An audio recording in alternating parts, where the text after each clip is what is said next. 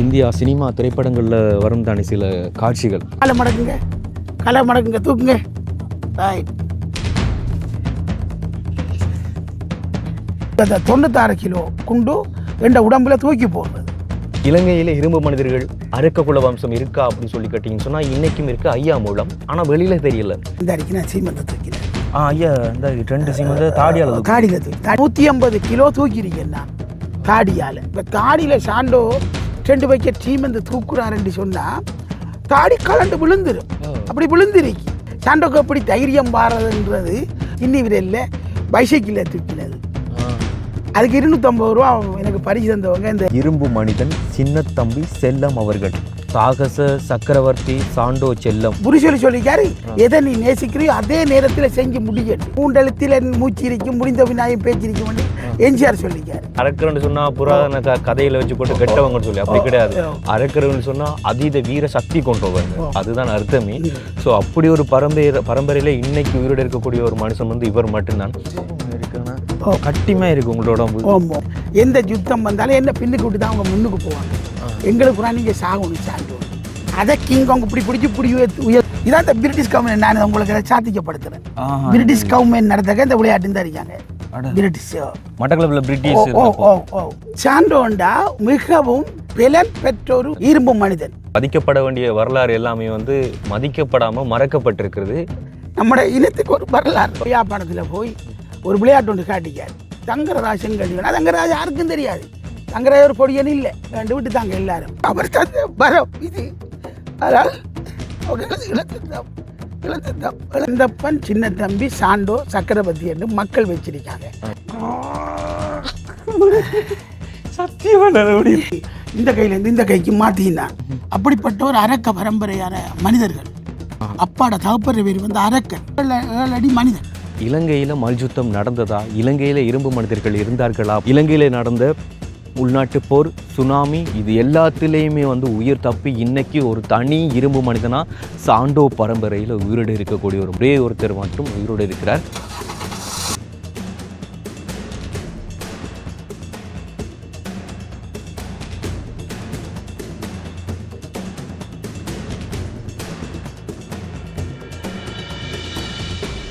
Welcome to RJ with KJ. இன்றைக்கி நம்ம எங்கே நிற்கிறோம் அப்படி சொல்லி பார்த்தீங்கன்னு சொன்னால் மட்டக்களப்பு கல்லடி நாவலடி பகுதியில் தான் நிற்கிறோம். நாவலடி அப்படி சொன்னாலே வந்து தெரியும் உங்களுக்கு. 2004ஆம் ஆண்டு சுனாமி அடிக்கும்போது அஜித்தோட திரைப்படம் பார்த்துருப்பீங்க. அதில் ஒரு கிராமம் எப்படி அழிஞ்சு போகுமோ அதே மாதிரி நாவலடி பகுதியை வந்து முற்றாக அள்ளி கொண்டு போனது தான் சுனாமியில். அப்படியான பகுதிக்கு தான் இப்போ வந்திருக்கிறோம். எதற்காக அப்படி சொல்லி பார்த்தீங்கன்னு சொன்னால் இலங்கையிலே அரக்க பலமுடைய இரும்பு மனிதர்கள், அதாவது மல்யுத்தம் என்று சொல்லுவோம் அந்த விளையாட்டுக்கு பேர். அதற்கான பரம்பரையோட பேர் வந்து சாண்டோ அப்படி சொல்லுவாங்க. ஸோ சாண்டோ பரம்பரையில் இருக்கக்கூடிய சாண்டோ சங்கரதாஸ் அப்படி சொல்லி இலங்கையில் இருக்கக்கூடிய பழைய ஆட்களுக்கு வந்து நிறைய பேருக்கு தெரிஞ்சிருக்கும். மல்யுத்தத்தில் வந்து பேர் போன ஒரு மனிதன் தான் சாண்டோ சங்கரதாஸ். ஸோ அவங்களோட பரம்பரையில் இன்னைக்கும் சாண்டோ சங்கரதாஸ்ன்னு சொல்லப்படக்கூடிய ஒரே ஒருத்தர் மட்டும் உயிரோடு இருக்கிறார்.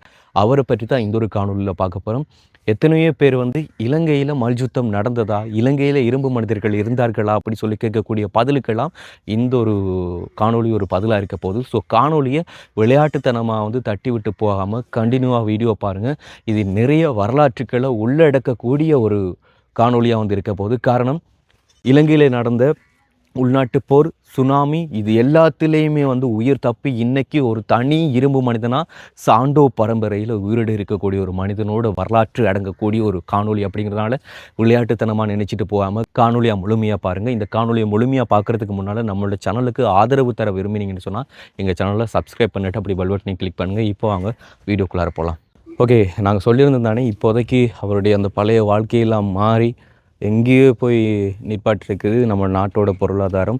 ஸோ இப்போ ஐயா வந்து பண்ணுற தொழிலான விறகு கொத்தி விற்கிறது, இதில் தான் வந்து விறகுகள் வந்து வெட்டி விற்பார். அண்ட் வந்து ஆடு வந்து அவங்கள்ட வைஃப் வந்து ஆடை மேய்க்கிறதுக்கு கொண்டு போகிறாங்க மனைவி. இதுதான் அவங்கள்ட ஆட்டு கொட்டகை. இந்த இடத்த பார்க்கும்போது எனக்கு எப்படி இருக்குன்னு சொன்னால் வந்து இந்தியா சினிமா திரைப்படங்களில் வரும் தானே சில காட்சிகள், அந்த பேக்ரவுண்ட் காட்சிகள் அப்படி அதே மாதிரி இருக்குது. பார்த்தோன்னே நான் ஷாக் ஆகிட்டேன். ஏன்னு சொன்னால் மட்டக்களப்பு கல்லடி பகுதியில் இப்படியான ஏரியா இருக்கா, அதுவும் இந்த பக்கம்னு சொல்லும்போது ஒரு ஷாக்கிங்காக இருந்தது. நம்மளோட காணொலியில் கிட்டத்தட்ட 2 வருஷங்களுக்கு முன்பதாக பார்த்துருந்த வீடு ஒன்று பார்த்துருப்பீங்க இங்கே கல்லடியில், அதாவது பெண்ணமரிக்கிற ஐயான்னு சொல்லி. ஸோ அவங்கள்ட்ட ஏரியாவுக்குள்ளேயும் வந்துட்டு இந்த அளவுக்கு இல்லை. அவர் கொட்டையெல்லாம் ஓரளவுக்கு தெரிஞ்சு அந்த வீடெல்லாம் கொஞ்சம் ஓரளவுக்கு இருந்தது. ஆனால் இது சொன்னால் இது சுனாமியில் அதிகம் பாதிக்கப்பட்ட பகுதி தான் இந்த கல்லடியில் இந்த நாவலடி இந்த பகுதி வந்து. அதனாலே வந்து மக்கள் அதிகமாக பரம்பி வாழ்கிறதுன்றது கொஞ்சம் குறைவு தான். பாருங்க இந்த ஐயாட ஆட்டு கொட்டகை. இங்கே ஒரு ஆள் நிற்கிறார், ஆளுக்கு உடம்பு சரியில்லையோ சொல்லி தெரியாது. ஐயா வணக்கம். வணக்கம் ஐயா. வணக்கம். வணக்கம். எப்படி சுகமாக இருக்கிறீங்களா? பரவாயில்ல, நல்லா. ஓகே. அப்போ மனைவி வந்து ஆடு கொண்டு போகிறாங்க. ஆடு கொண்டு போகிறாங்க. இன்றைக்கு நீங்கள் வீட்டோட உண்மையா இந்த ஒரு முக்கியமான ஒரு விஷயம் வந்து இதில் சொல்லி ஆகணும். ஐயாவோட அப்பா வந்து காலமாகி 5 நாட்கள் தான் வந்து. ஸோ நான் வந்து அவங்களோட ஆத்மா சாந்தி அடைகிறதுக்கு நாங்கள் ப்ரேயர் பண்ணிக்கொள்கிறோம்.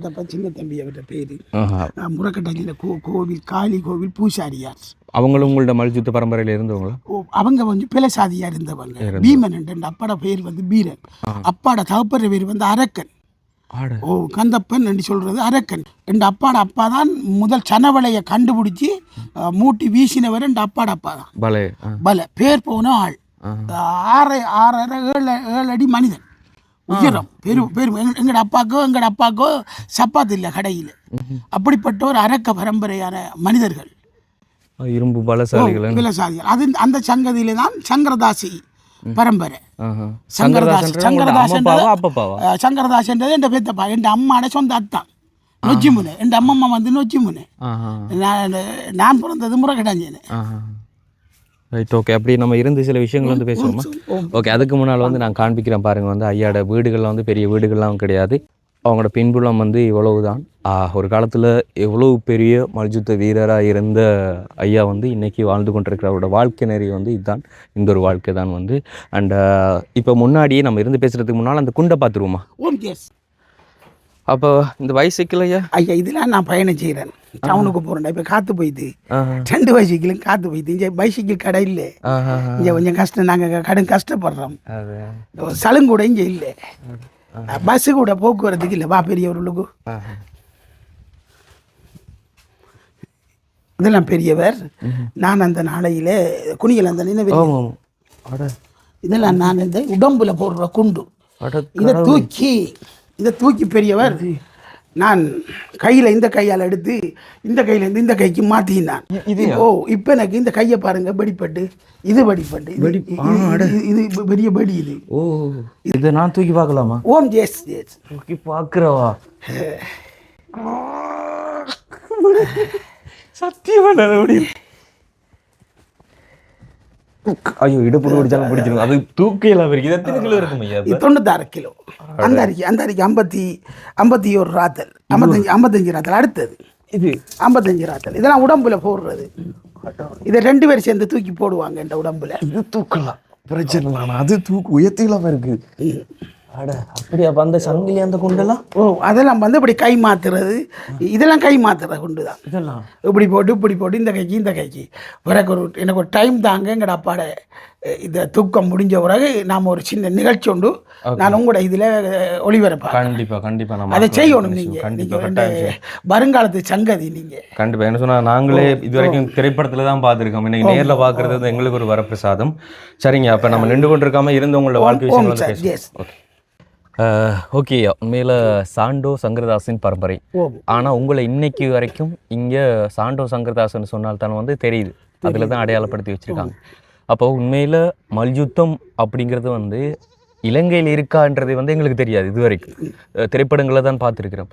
ஆனால் இலங்கையில் மட்டக்களப்பில் ஒரு தமிழனால் இது பின்பற்றப்பட்டு வந்திருக்கிறது ஒரு காலத்தில் அப்படி சொல்லி இப்போ தான் எங்களுக்கு தெரியுது. ஸோ நீங்கள் சொல்லுங்கள், சாண்டோ அப்படிங்கிறதுக்கான அர்த்தம் என்ன? உங்களோட பரம்பரை எப்படி எங்கேருந்து வந்தது? அண்ட் இந்த மல்யுத்தமெல்லாம் நீங்கள் எங்கே கற்றுக்கொண்டீங்க அப்படிங்கிறத சொல்லுங்கள். சாண்டோ சங்கரதாசன். முதல்ல உங்கள்ட்ட பேரையே சொல்லுங்கள். என் பேர் கந்தப்பன் சின்ன தம்பி சாண்டோ சக்கரவர்த்தி என்று மக்கள் வச்சிருக்காங்க. இந்த சக்கரவர்த்தி என்று பேர் வச்சது முஸ்லீம் மக்கள். சாண்டோன்னு பேர் தந்தது நம்மட மக்கள், தமிழ் மக்கள், நம்மட மக்கள். எந்த குடும்பத்தில் வந்த பேர் தான் அது சாண்டோ. என்னென்னு சொன்னால், சாண்டோ தியாகராஜான்றவர் தான் எனக்கு குரு. சங்கரதாஸ் குரு இல்லை, அவர் எந்த பெத்தப்பா. அவர் தந்த பரம் இது. அதனால் அவங்க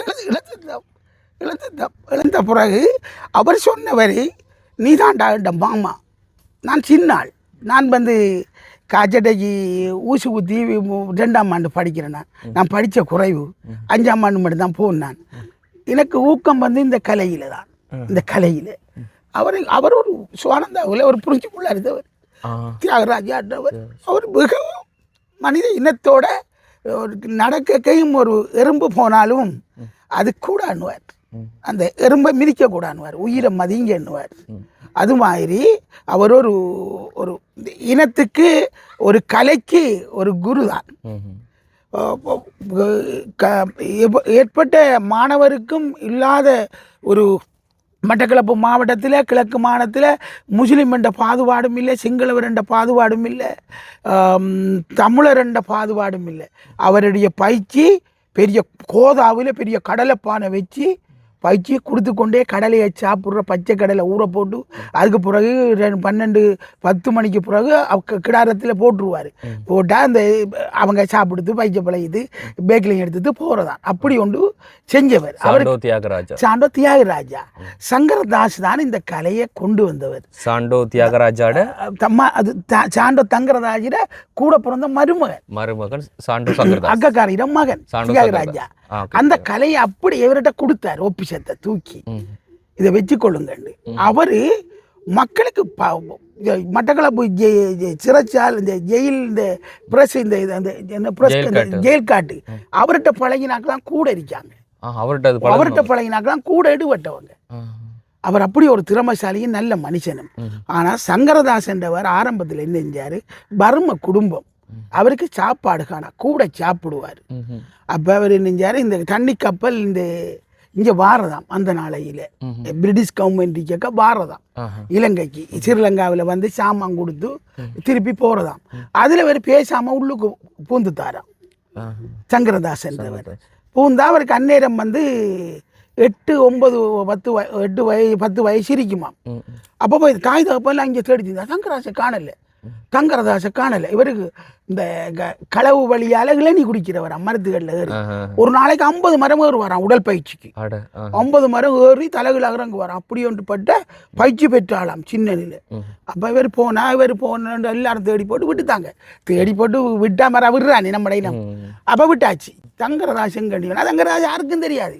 தங்கராஜர் பொடியன்னு இல்லை கண்டு விட்டுத்தாங்க எல்லாரும். இவர் போய் நினைச்சிக்காரு ஒரு அந்த கப்பலில் போய் கட்டிக்கான் இடையால போக்க அந்த ராக்கூன் இருக்குதானே அந்த அந்த சுத்துரை இன்ஜின் அதில் பிடிச்சிது. அந்த மோட்டரில் அந்த பேன்ல கப்பலில் இருக்கிற அந்த இது ராக்கூனி பிடிச்சிது. ஓட விடல. இவங்க அவதிப்பட்டு பார்த்தா ஒன்றும் செய்யலை அது இவங்களால. அதில் இறங்கக்கூடிய ஆட்களும் இந்த கொஞ்சம் அன்றைக்கு என்ன வந்து தெரியாது. அப்போ இவர் கொஞ்சம் தண்ணிகளில் கொஞ்சம் வித்தியாசம். 3 மணி நேரம் தண்ணிக்குள்ளே இருப்பார் சங்கரதாஸ். 3 மணி நேரம் தண்ணிக்குள்ளே இருப்பாராம். அது மாதிரி என்ஜி ராமச்சந்திரனும் இருப்பாராம் தண்ணிக்குள்ளே. அவரும் சாதாரணமான ஆள் இல்லை. அப்போ சேர்ந்தோன்னா எம்ஜிஆர் குருவிட்ட தான் இவர் விளையாட்டு படிச்சிருக்காரு சங்கரதாஸ். ஒரு வெள்ளைக்கார பொம்பளை அங்கே அந்த வெள்ளைக்கார பொம்பளை வந்து இவர்கிட்ட கத்திரிக்காவும் அவர் போய் கத்திரிக்காரு. கிருஷ்ணாண்டவர் இவர்கிட்ட கத்திரிக்காரு இந்த வெள்ளைக்காரிட்ட. அங்கே இவர் சமையலாக போயிருக்காரு. இவங்க கொண்டு விட்டுட்டாங்க இந்தியாவில். இவர் தத்தளிஞ்சு போய் அங்கே சேர்த்துட்டாங்க ஒரு விடுது. அங்கே பெரிய சமையல்காரனா இருக்க இவர் அங்காம் பார்க்குறதாம் அந்த விளையாட்டுகளை. அதில் அவள் பார்த்தா அவர் கொஞ்சம் ஊக்களிப்பிரிக்கு வாங்கண்டு வெள்ளைக்காரி பழகிருக்கார். நரம்பு தட்டுவைகள் அதுகள் இதுகள் எல்லாம் கற்றுக் கொடுத்து அவருக்கு அவரோட கொஞ்சம் மனம் பிடிச்சிது. பிடிச்சின்னு அவர் சொல்லியிருக்காரு, நான் உங்களை திருமணம் செய்யணும். அவர் சொல்லியிருக்காரு, நான் உங்களோட ஒரு ஒரு ஒரு பிள்ளைக்கு மட்டும் நம்பாளுவேன், மறுக்கா என்ன மினக்கிடக்கூடாது, நான் தூக்கி போட்டு போயிடுவேன். அவர் சொல்லியிருக்காரு சரி என்று இவர் இருந்திருக்காரு. இருந்தோன்னா இவரை 22 வயசாக இருக்கு. அவரோட இருந்து போட்டு வாழ்க்கையை முடிஞ்சு இங்கே வந்திருக்காரு இலங்கைக்கு. இலங்கையில் வந்து கொழும்புல வந்து இந்த இறங்கியிருக்கார். இலங்கையில் அந்த சங்கிலிகள் இருந்திருக்கு. ரோட்டு வழியை போடுவாங்க அந்த வாகனங்கள் புளக் பண்ணி, வாகனத்தை புளக் பண்ணி சங்கிலிகள். அந்த சங்கிலியை பிடிச்சோன்னா பட்டாரண்டு அறுத்திருக்காரு. அறுத்தோன்னா சங்கிலி அர்காக்கெல்லாம் போய் இவரை பிடிச்சி போலீஸில் கொண்டு போயாச்சு. அந்நேரம் பிரிட்டிஷ் கவர்மெண்ட் வந்து ஆளுதான் இந்த ஸ்ரீலங்காவை. அப்போ அவருக்கு தெரியுமா இந்தியாவில் இவர் விளையாட்டு காட்டினது அந்த வெள்ளைக்காரையோட சேர்ந்து இவர் அந்த இதில் வந்தது. அப்போ உடனே அவர் சொல்லிக்காவும் இவர் சங்கரதாஸ் இரும்பு மனிதன், இவருக்கு இரும்பெல்லாம் பெரிய இது இல்லைண்டு ஆளை ஜெயிலில் இருந்து கொண்டு போய் அங்கே கொண்டு போய் சாப்பாடெல்லாம் கொடுத்து விருந்தெல்லாம் கொண்டு அவ குடித்து போய் அவர் சொல்லிக்காங்க, ஐயா இதான் பிரச்சனை, நீங்கள் உங்களோட இதில் போங்க, நீங்கள் இலங்கையில் எந்த மூலைக்கு வந்தாலும் பாருங்க, உங்களுக்கு எந்த பிரச்சனையும் இல்லைன்னு பிரிட்டிஷ் கவர்மெண்ட் அவர் செட்டி பண்ணி அவ விட்டாச்சு. அவர் எல்லா இடமும் போய் யாழ்ப்பாணத்தில் போய் ஒரு விளையாட்டு ஒன்று காட்டாக்க 2 லொரி இழுத்திருக்காரு. 2 கையிலையும் இந்த இதுலையும் போட்டு இஞ்சால பக்கம் 2 லொரி இழுத்திருக்காங்க. இழுக்க ஆக்கள் சொல்லிக்காங்க, இது பம்மாத்தண்டு யாழ்ப்பாணத்தில். அவர் சொல்லியிருக்காரு, அவளை வேற இந்த காதால கேட்டு வர சொல்லியிருக்காரு. இஞ்சால 8 பேர் சேர்ந்து என்ன இழுத்து பீங்கன்னு சொல்லிக்காரு. அவர் இப்படி கையை பிடிச்சி இப்படி போட்டு திருந்திருக்காரு. என்ன இழுத்து பிக்கணும், நீங்க நான் இழுத்தா நீங்க பாதிக்கப்படுவீங்க, என்ன நக்கல் அடிச்சு ஆக்கல அப்படி எனக்கு 2 அடிச்சு விட்டாரா, அப்படி நாடி அடி வெட்டு உதடு அடி வெட்டு ஆக்கள் பாதிக்கப்பட்டுச்சு. ஐயா என்ன மன்னிச்சு கொள்ளுங்க, நாங்க உங்களை தவறா நினைச்சேன், நாங்க இப்படி ஒரு பிளசாதி நம்மளுக்குள்ள இல்லை, உங்களை நான் பெருமைப்படுறேன்னு சொல்லி சங்கரதாச பூஜை பாத்தி அனுப்பியிருக்காங்க. அது ஒரு நம்ம இனத்துக்கு ஒரு வரலாறு. கண்டிப்பா உண்மையில என்ன பதிக்கப்பட வேண்டிய வரலாறு எல்லாமே வந்து மதிக்கப்படாம மறக்கப்பட்டிருக்கிறது, ஒழிக்கப்பட்டிருக்கிறது தான் பிரச்சனை இருக்கு. ஸோ அப்படி மட்டக்களப்புல இருந்து பிறந்த ஒரு இரும்பு மனிதன் தான் வந்து சாண்டோ சங்கரதாஸ். இப்போ அவங்களோட அடையாளமே இல்லை, நானே கேள்விப்பட்டதில்லை. சாண்டோ என்றதுக்கான விபரம் வந்து சொல்லுங்க ஐயா, உண்மையில சாண்டோண்டா ஒரு மிகவும் பலன் பெற்ற ஒரு மனிதர், பிள்ளன் பெற்ற ஒரு மனிதர், இரும்பு மனிதன். தெய்வ சிந்தனையும் கூட அவங்களுக்கு சாண்டோ பரம்பரைக்கு. அவங்க நம்மளை விட கூட வணங்குவாங்க, முனிமார அவங்கள பார்த்துறது. முனிமார் அவங்ககிட்ட சொல்லுவாங்க, சும்மா இருந்தாலே போதும் பண்ணுவாங்க. ஏனண்டா சும்மா இருந்தா நம்மட வாழ்வு ஓடி போகும். அதையும் இது அங்கே போய் அப்படி என்னக்க நம்மட இந்த தூத்துப்படுவோம் தானே, அப்போ தூத்துப்படுவோம், போற்றுப்பட மாட்டோம். சும்மா இருந்தாலே போதுமென்ற வரமெல்லாம் அவங்க பெற்ற ஜானக்குட்டி சுவாமி என்று இந்த அல்வத்தில் இருக்காரு. காட்டலாம் சித்தர் நான் காட்டுறேன் உங்களுக்கு. அதை ஏனண்டா ஜானக்குட்டி சித்தர் சொல்லிக்கார், நீ தங்கரதாசி நீ எங்க போனாலும் என்ன நினையண்டி சொல்லியிருக்கார். அப்ப சொன்னா அவர் சொல்லியிருக்காரு, இதான் இந்த பிரிட்டிஷ் கவர்மெண்ட், நான் உங்களுக்கு சாத்திக்கப்படுத்துறேன். பிரிட்டிஷ் கவர்மெண்ட் நடத்தக்க இந்த விளையாட்டு தான் இருக்காங்க. பிரிட்டிஷ் மட்டக்களப்புல பிரிட்டிஷ் இது அதுல இதான் தங்கரதாஸ், இதான் தங்கரா. இது எங்கட பெரியப்பா பீப்பாளர் ரெண்டுமே மட்டக்களப்பு தமிழர்கள். இது இவர சொந்தம் மகன், அவர் மகன் தான். இது இதான் நம்ம தியாகராஜா ஐயா சாண்டோ இருக்காங்க. பிரிட்டிஷ் ஆக்கள் அப்படி ஓகே. ஜானக்குட்டி சுவாமியை காட்டுங்க. உங்களுக்கு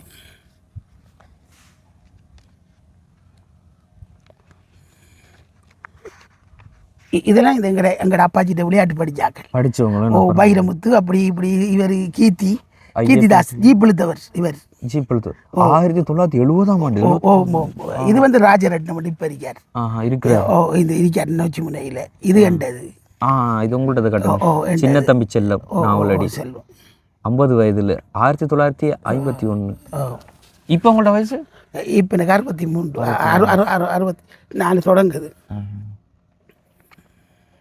இதான் ஜானக்குட்டி சுவாமி. இவர் தான் இவருக்கு வரம் கொடுத்தது. சித்தானைக்குட்டி சாமியாருடன் பேராசிரியர் சாண்டோ சங்கரதாஸ். சித்தானைக்குட்டி சித்தருக்கு வந்து காரதி உள்ள ஒரு இது வழிபடும் அமதி இல்லமோ சாந்தி இல்லமோ சொல்லுவாங்க. அவரோட சமாதி அங்கதான் இருக்கு. சித்தானைக்குட்டி சித்தரோட எங்களோட வீடியோ நாங்க முன்னாடி காண்பிச்சிருக்கோம், போய் பார்த்துருக்கோம். அப்ப சித்தானைக்குட்டி சாமியாரோடைய வந்து இவர் இருந்திருக்காங்க சங்கரதாஸ். அப்ப இவங்க வந்து இந்த மல்யுத்தத்திலையும் வந்து பெரியவங்களா இருந்து அதே மாதிரி வழிபாட்டுலையும் வந்து ஞானிகளா இருந்து. கிங்காங் வந்து இந்தியாவில் விளையாட்டு காட்டியா. அப்ப இந்த பேக்ஷன் மிஷின் தானே, அதை கிங்காங் இப்படி பிடிச்சி இப்படி உயர்த்துவாராம் முன்னுக்கு பிடிச்சி. அப்ப சங்கரையா பாஜி இப்படி சிரிச்சு திரிந்து சொன்னாராம், கிங்காங் நான் ஒன்ற மனதை நோகல்ல, எந்த விளையாட பாருண்டு பின்னுக்கு கையை கட்டி இப்படி நெத்தில கையை கொடுத்து இப்படி பேக்ஷனை இப்படி தூக்கி பிடிச்சாராம். அதாவது ஒரு குரங்கு, அது மனித குரங்கு, அதாவது என்ன சொல்லலாம் கிங்காங், மனித குரங்குக்கும் ஒரு மனிதனுக்கும் நடந்த போட்டி. நான் என் மகனுக்கு கிங்காங் கொண்டு வச்சேன். என்னட்டா அதில் ஒரு என் அப்பாச்சியோட நின்றபடியா, அவங்க என் அப்பச்சியோட நின்றபடியா தாராசிங்கன்னு வச்சுக்க ஒரு மகனுக்கு அந்த படம் இருக்கு போட்டோ எடுத்து காட்டணுமா? ஓகே நம்ம பார்ப்போம். அந்த அந்த இது போட்டோ எடுத்து வந்து இதை எடுத்து வீடியோ போங்கம்மா, அந்த இதை எடுத்து வாங்க. அந்த நம்ம சங்கரதாசி சதீஸ்வரன் என்ற மனுஷிக்கு ஒரு விருப்பம் சதீஷ் என்று வைக்கணும், பிள்ளையார் பேரண்டு சதீஸ்வரன் அண்டு சதீஷ் அண்டு. அதுக்கு பிறகு தாரா சிங் என்று வச்சேனா, தாரா சிங் தான் ட்ரெஸ்லிங்கில் பேர் போனாள் உலகத்தில் தாரா. அவ்வளவு பேரும் அப்பாச்சியை தான் போற்றினாக்கள். சங்கரதாஸ் அது அவ்வளவு பேருக்கும் அவர் கேட்பேன் என்றபடியா அந்த அந்த இது என்ற குடும்பத்துக்குள்ளே வரணுமெண்டு நான் பேச்சேன் அந்த பேர் என்ற பிள்ளைகளுக்கு. சரிங்க. அப்போ பிற்காலத்தில் உங்களோட வாழ்க்கை ஏன் வந்து இந்த மல்யுத்த இந்த ஒரு பாரம்பரிய வழியாக கடத்தி வந்த அது திறமையான ஒரு வாழ்க்கைக்குள்ளேருந்து இப்படி மாற்றப்பட்டது உங்களோட வாழ்க்கை காரணம் என்ன? என்னென்னு சொன்னால் முதலாவது யுத்தம். நான் பின்னுக்கு போனது காரணம் நம்ம நாட்டில் வந்த யுத்தம். நான் வெளியே வரையலாம் போய்த்து நான் வந்து அந்த பயங்கரவாதி என்று முத்திரை குதிக்கப்பட்டது பயிற்சி பெற்றபடியா. அதெல்லாம் எங்கட அந்த டீம் தியாகராஜா ஐயாட அந்த எங்கட குருவோட டீம் உடைஞ்சதுக்கு காரணம் என்னென்னா அந்த யுத்தம் வந்ததால நாங்கள் ஆக்கப்பட்டோம்.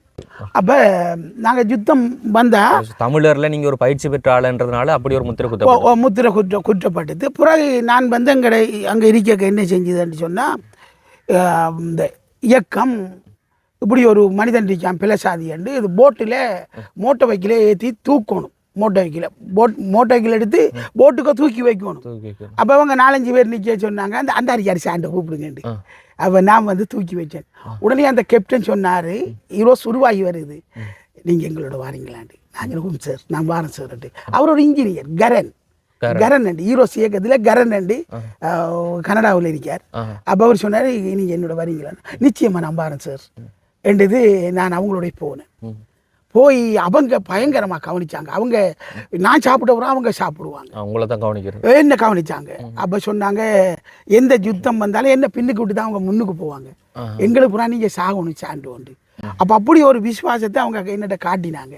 எனக்கு நல்ல சாப்பாடு நல்லது. அப்போ நான் வந்து மக்கள் மையத்துக்குள்ளே வரையலாம் போய்த்து திறமைகளை காட்டல.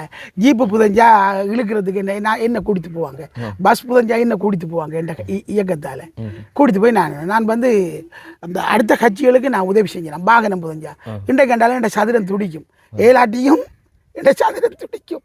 ஏன்னா அந்த இது பண்ணினா தானே வாகனத்தை கிளப்பி இது பண்ணாக்க என் சதுரம் அங்கே போகும், என் உயிரும் என் சதுரம் அங்கே போகும். அதை கிளப்பி கொடுக்கணும் ஆண்டு. அப்படி ஒரு பற்றி எனக்கு இருக்கு. ஆறு கஷ்டப்பட்டாலும் அவங்களுக்கு உதவி செய்யணும். ஆறு இருந்தாலும் இந்த கக்குஸ் பிளேட்டு அந்த கொங்கிரீட் அடித்து இப்படி உயர்த்த போனால் நான் ஒரு பக்கம் நின்று உயர்த்துவேன். என்னோட ஒருவர் கேட்டார், நீங்கள் அந்த போட்டை தனியாக தூக்குங்களாண்டு. நிச்சயமாக நான் தூக்குவேன் தானே. தூக்கி காட்ட சொன்னார், ஒன்றை போல சாண்டோம் இது வரைக்கும் இல்லைன்றார். அப்படி எனக்கு ஒரு ஆண்டவன் என்ற பலுவில் ஒரு இதன் தான் எனக்கு. முதலாவது இப்போ பிரச்சனை இந்த காலில் படி 3 படி இதில் பட்டது நொறுங்கிது. இந்த இருங்க, இது ஒரு படி, இது ஒரு படி, இது ஒரு படி. இது என்ஜிஸ்டினே பண்ணால சுட்ட எஸ்டிஎம் கந்த போடிக்கு 2வது இலங்கையில நான் தான். இந்த அருகே காதுல வடிப்பட்டிக்கு திருநொத்திரி வடி. இது மட்டுமில்லை, இதுல துடையில இந்த பின்பக்கம் இந்த அருகே இது திருநொத்திரி ஏண்டா கொக் பண்ணி அடிக்கிறது. உங்கள்ட்ட நீங்க சொல்ற பேர் லாங்குவேஜ் தெரியாது, தெரியும். திருநொத்திரி என்று சொல்லுவாங்க. பழைய துவக்கில் அப்படி கொக் பண்ணி டப் டப் டப் பண்ணி சொல்றது. அது 900 ரேஞ்ச். அந்த ரைபிளானே எனக்கு ஏரா போலீஸ் சுட்டது. எனக்கு நான் பெரிய உடம்பு பார்க்கல, அது பயங்கரமாயிரி.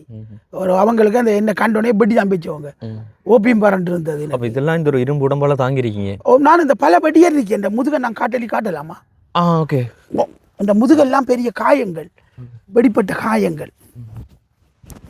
முதுகு பின்பக்கம் இந்த பக்கம் எல்லாம் இதெல்லாம் வந்து இதெல்லாம் இந்த அடிக்கு பின்பக்கத்து தோல் பாருங்க. இந்த இஞ்செல்லாம் பல்ல இருக்குன்னு. ஓகே, நான் அதை புஷ் பண்ணி பார்க்கலாமா உங்களோட உடம்பு? இருக்குன்னா கட்டிமா இருக்கு உங்களோட உடம்பு. ஓகே. இப்போ தந்தடை இதுக்கு பிறகு கொஞ்சம் சவுப்பு தானே பெரியவர். தந்தடை துக்கத்துக்கு பிறகு இருங்க. அப்போ இவ்வளோ பெரிய ஒரு இரும்பு மனிதன், இலங்கையிலே தமிழ் மனிதன்ல ஒரு இரும்பு மனிதன், தமிழ் அரக்க எப்படி சொல்ற, அரக்குன்னு சொன்னா நிறைய பேர் சொல்லிட்டு இருக்கிறீங்க. அரக்கர்னு சொன்னா புராதன கதையில வச்சு கொண்டு கெட்டவங்கன்னு சொல்லி, அப்படி கிடையாது. அரக்கர்னு சொன்னா அதீத வீர சக்தி கொண்டவங்க, அதுதான் அர்த்தமே. ஸோ அப்படி ஒரு பரம்பரையில இன்னைக்கு உயிரோடு இருக்கக்கூடிய ஒரு மனுஷன் வந்து இவர் மட்டும்தான். இதெல்லாம் ஐபிக்கு இந்தியன் சுட்டு இந்தியன் ஆர்மி இந்தியன் இந்த கை இந்த இதெல்லாம் உடம்பு முழுக்கதுமே வெடிதான் இது மட்டும் இல்லை பெரியவர் இந்த பக்கம் எனக்கு வெடி இருக்கு இந்த இதெல்லாம். அப்போ இதெல்லாம் தாங்கி கொண்டு இன்னைக்கு இருக்கிறீங்க. ஸோ உங்களோட இந்த கலையை வந்து நீங்கள் விட்டு விலகிறதுக்கு முதல் உள்நாட்டு போர் காரணம். ரெண்டாவது சுனாமி 2004 சுனாமி. இதோட இந்த வாழ்க்கை வந்து 96 விளையாட்டு காட்டியிருக்கேன். நான் வந்து சில இடங்களுக்கு கோவில்கள் பள்ளிக்கூடங்கள் அதுகளுக்கு நான் போய் அந்த நிகழ்ச்சிகளை கொஞ்சம் காட்டுறேன். ஏனென்று சொன்னால் நம்மளால் அடுத்த இது நம்மளோட நிலை நிற்கட்டும், நம்மளோட உதவி நம்மளோட விளையாட்டு. ஏன்னா நான் கேட்ட வரமா தான் என்னை இந்த நிலைக்கு கொண்டு வந்தா. நான் 24 மணி நேரமும் நான் இந்த புருஷுல்ற படம் எம்ஜிஆர் படம் தான் பார்க்குறேன். நான் ஏன்னா அவங்கள அந்த சாதனைகள் இருக்குது. மூன்றெழுத்தில் என் மூச்சு இருக்கும், முடிந்த விநாயகம் பேச்சிருக்கும் என்று எம்ஜிஆர் சொல்லிக்காரு. புருஷல் சொல்லிக்காரு, எதெண்டான அதே முடிவில் செய்யன்னு சொல்லிக்காரு. எதை நீ நேசிக்கிறியோ அதே நேரத்தில் செஞ்சு முடியண்டு. அப்போ அதெல்லாம் வந்து எனக்கு இந்த புருஷுல்ற படங்கள்லாம் நான் கூட பார்ப்பேன். உண்மையிலே அவங்க பிளசாதி தான், உண்மையிலே அவங்க ஒரு திறமைசாலி தான், விடாமுயற்சி. அதான் காரணம். 8 மைல் ஓடித்தான் புருஷொலி சாப்பிடுவார். பெரியவர் என்னென்று சொன்னால் இதில் வந்து நான் வந்து சின்ன அரசியல்வாதிகள் எந்த இனத்தோடு சேர்ந்து நான் எலெக்ஷனில் பங்கிட்டேன். நான் மக்களுக்கு சேவை செய்யணும், எனக்கு சரியான ஆசை. அந்த இடத்துக்கு நான் போகலை.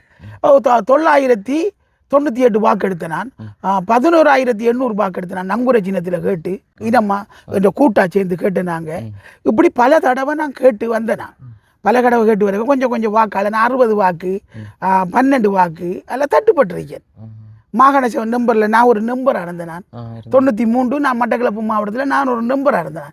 ஈரோஸ் இயக்கம் போர் இந்த கோரி சின்னத்தில் கேட்டு அப்படி எனக்கு முன்னின்றது பிறப்பாண்டு ராசநாயகம் பிறப்பாண்டு அவனோட நான் சூட்டி என்ற ஒரு பொடியை நாங்கள் 3 நம்பர் போனோம். நாங்கள் அந்நிறவங்கிட்ட அந்த பொருளாதாரம் குறைவு ஈரோஸ் இயக்கத்தில் நாங்கள் அந்த முன்னெடுத்து மக்கள் எங்களுக்கு விரும்பி போட்டதுகள் அப்படி நாங்கள் வந்தோம். நாங்கள் அதுகளில் என்ன வந்து சில அரசியல்வாதிகள் பின்னடைத்து பட்டாங்க.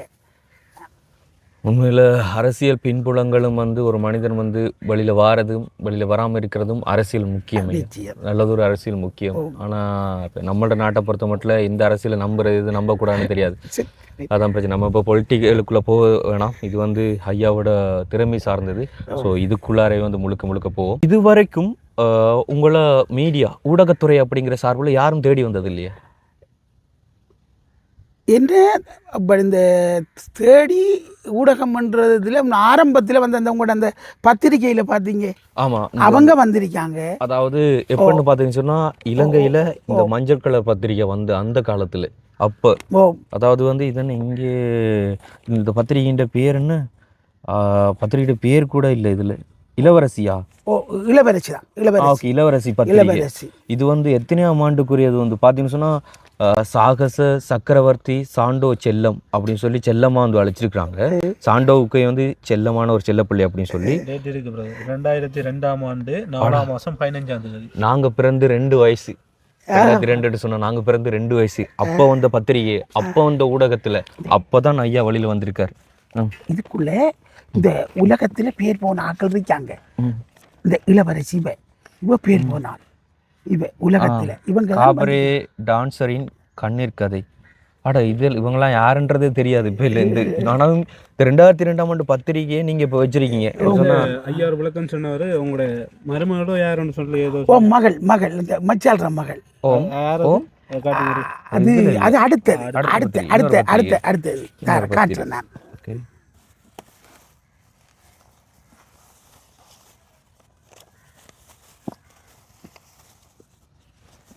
இப்பதான் நான் எடுத்தேன். இது ஆசன மங்கால பக்கம் பிளட்டி எடுங்க. இதுலையா?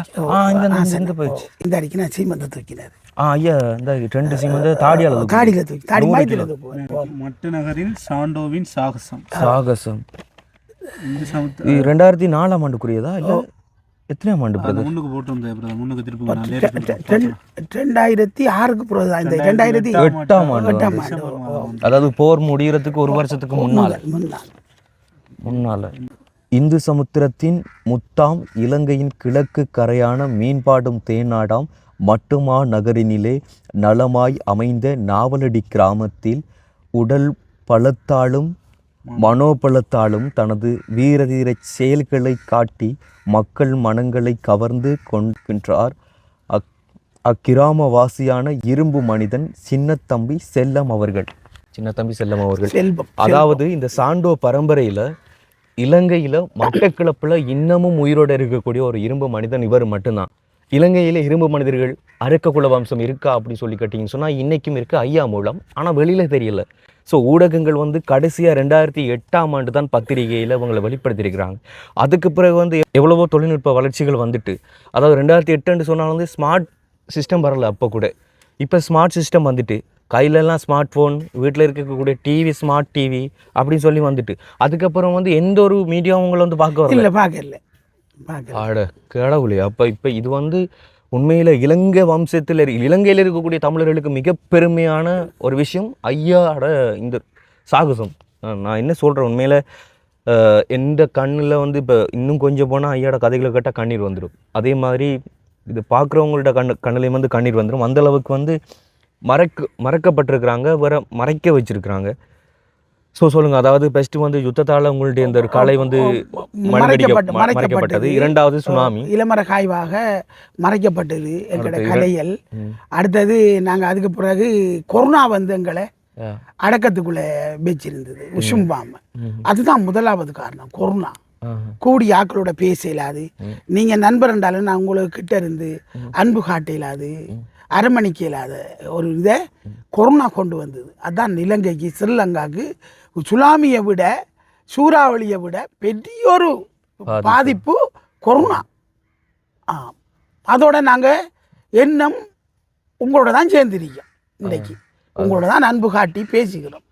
சரிங்கய்யா, அப்போ நீங்கள் சொல்லுங்கள், எத்தனை வயசில் உங்களுக்கு இந்த ஒரு ஆர்வம் வந்துச்சு? அதாவது நீங்கள் வந்து இந்த மல்யுத்தத்தை இதை வந்து பழகணும் அப்படி சொல்லி ஒரு இரும்பு மனிதனாக மாறணும் அப்படிங்கிற ஒரு ஆசை எப்போ எப்படி வந்துச்சு?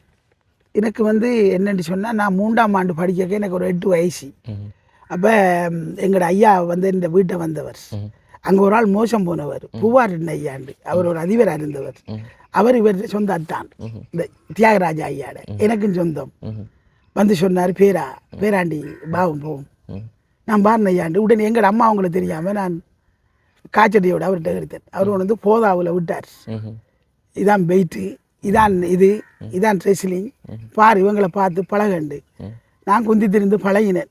அப்போ என்ன சொன்னாங்க, நீ பால் தயிர் நெய்யெல்லாம் சாப்பிட்ற, நீ உனக்கு தைரியம் கூட தானே. வெயிட்டை தூக்கி நான் காட்டினேன். அப்போ எனக்கு 9 வயசு ஆகுது. நான் வெயிட்டை அது வந்து 125 வெயிட்டை தூக்கி காட்டினேன் அவங்களுக்கு. ஐயோ, இவன் இந்த வெயிட்டை தூக்குறான், இந்த பொடியன் வந்து பாருங்க, நல்ல உடம்புனா தூக்கி காட்ட. உடனே சொன்னாங்க, இவர் பெரிய பிழைச்சாதி ஐயா, இவன் நெய் தேனெல்லாம் குடிச்சு நல்ல வீரம், இவரை பாருங்கண்டு. அடே, அப்போ நான் உடனே சொன்னேன், இது அப்படி இல்லை, இது ஒரு இதுதான் ஐயா. இல்லை, நீங்கள் இறைச்சி வகையெல்லாம் உடும்பு இறைச்சி வகையெல்லாம் சாப்பிட்டு பிழைச்சாதி ஐயா, இவனுக்கு இந்த பயிற்ச பழகுங்க ஐயா, பிழைச்சாதியை யோகாசனத்தை விட்டு போட்டேன். நான் யோகாசனத்தில் முதல் ஐயா தந்தவர். ஐயா முதல் இறைவன் வணக்கத்தை முதல் சொல்லுவார். யோகாசனங்கள், அடுத்தது வந்து உடலை வலுப்படுத்தி வளைச்செடுக்கிறது, இதெல்லாம் நான் வடிவாக செய்வேன். அப்போ நான் முத காட்டின விளையாட்டு ஐயாவுக்கு சின்ன விரலில் பைசைக்கிளில் தூக்கினது. அதுக்கு 250 ரூபா எனக்கு பரிசு தந்தவங்க இந்த நம்மளோட மட்டக்களப்பு மோரியா புட்டியில் அந்த காலத்தில். அப்போ நான் பயிற்சி மேடை இறக்க வந்து 10 வயசு ஆகிட்டு நான் 225 வெயிட்டை தூக்கி காட்டினேன். அதுக்கும் 250 ரூபா தந்தாங்க அதுக்கும். அப்போ என்னோட ஒரு விளையாட்டு பழகினது யோகண்ணன் நாவலடி, மிகவும் நண்பன், இந்தியாவில் இருக்கான் இன்றைக்கும். ஜெயலலிதாவுக்கு பேஷன் பொடிக்காட்டு அவர் தான் முதல். அவர் என்னோட விளையாட்டு பழகினது. அழகான ஆள், சும்மா நல்ல உள்ளம். அவர் தம்பி என்று சொல்லி நல்ல இரக்கம் அவர். அப்போ அவரோட நான் நல்லா இணைந்தேன். அவருக்கு 24 வயசு, எனக்கு விளையாட்டுக்கு சேரக்க 12 வயசு. அதுல 12 வயசு அவர் கூட. அவர் 12 வயசு கூட. அவர் என்ன விட நல்லா சாப்பிடுவார், நல்ல இதுவும் என்ன நல்ல அறிவை சொல்லி தருவார். சும்மா இருக்கக்கூடாது, செஞ்சு இதை செய்ய ஐயா, நீ செய்ய ஐயா, செய்யத்தானே ஐயா. ஒரு கொடியை இழுத்து பிட்டா கட்டினா தான் அந்த கொடியில் உடுப்பு போடலாம். அது தொஞ்சடிச்சுடா உடுப்பு போடலாது. நாங்கள் இப்படி செய்யக்கையும் எங்களோட தசையல் பிஞ்சி உருவாகி பெரிய வலுவாகும். அதுதான் இந்த சாண்டோ கலை என்றது. சாண்டோக்கு எப்படி தைரியம் பாடுறதுன்றது முக்கியம். என்னன்னு சொன்னால் நாங்கள் அந்த செய்கிற எச்எஸ்சியில் தசையல் பிஞ்சி அது உருவாக்கம் செஞ்சு தான் பாடுறது. இதான் முக்கிய காரணம். கழுத்து நரம்பும் தான், கை நரம்பும் தான். இப்போ தாடியில் சாண்டோ 2 வைக்க டீம் வந்து தூக்குறாருன்னு சொன்னால் தாடி கலண்டு விழுந்துடும். அப்படி விழுந்துருக்கி. அப்படி விழுந்தா நீங்கள் வைத்தியர்கிட்ட போகப்படா, நாடியால் தட்டி விட்டுருவணும். நாடியால் நம்மளோட நாடியால் நாம் தட்டணும். இல்லாட்டி அது கலண்டது தான் ஜாயிண்ட். இந்த கொழு கதைக்கையும் படாது, மூச்சு மட்டும் இதுக்குள்ளே அடைக்கணும் நாம். அப்படி நான் 150 கிலோ தூக்கியிருக்கேன் நான் தாடியால். 3 சீமெண்ட் வைக்க தூக்கியிருக்கேன் தாடியில். இன்றைக்கும் நான் வந்து தூக்கி காட்டலாம். இன்றைக்கும் எனக்கு ஒரு டைம் தாங்க, நான் செய்து காட்டுறேன். இப்போ நான் செஞ்ச இது இருக்கு படங்கள், அதை நீங்கள் இவனம் வந்து சர்வதேசத்தால் ஒரு கரிதாசி நிறுவனம் கொண்டு வந்தது. இசையில் தூக்குறேன் 96 கிலோ குண்டு என் உடம்புல தூக்கி போடுறது. சுனாமி கொண்டு போகாத சாமான் என் சொத்துல இது மட்டும்தான். தொண்டையில் நான் கம்பியை குத்தி வளைக்கிறேன் ஐயா. இதுவா? ஓ, தொண்டையில் தீயலுக்கு மேலே அழுவாங்க, அடிப்பாங்க. அடிச்சு அந்த அடி எங்கே தாக்கும்? சங்கர பஜித் தியாகராஜா ஐயா, இது பிரிட்டிஷ் பொம்பளை. இந்த பொம்பளை இந்த சுனாமிக்கு முதல்ல என் மனைவி மக்கள் காலை மடக்குங்க தூக்குங்க. ரைட் காலை மடக்குங்க.